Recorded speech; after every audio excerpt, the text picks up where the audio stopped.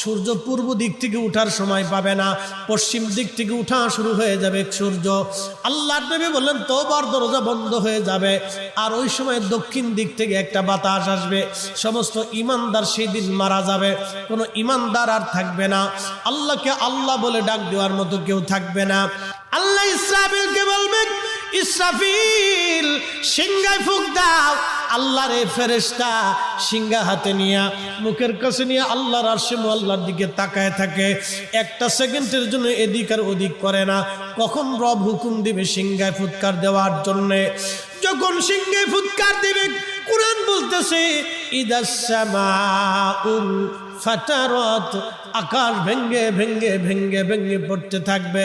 ওয়া ইদাল কাওয়াকিবু তাসারাত, সমগ্র নক্ষত্রগুলি ভেঙ্গে ভেঙ্গে ভেঙ্গে ভেঙ্গে পড়তে থাকবে।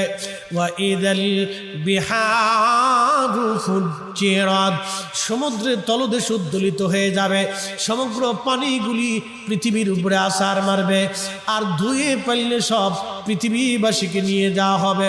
ওয়া ইদাল কুবুরু বুসিরাত, কবরের ভিতরে যাহা আছে সব আমার মালিক আমার রব বের করে দিবে। কবর থেকে মানুষ বের হইয়া সেই দিন হাসরের ময়দানের দিকে দৌড়াইতে থাকবে, সবাই উলঙ্গ থাকবে।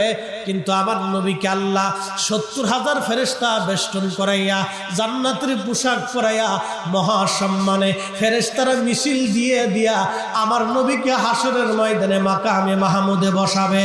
একবার জোরে বলা যাবে কি আল্লাহু আকবার।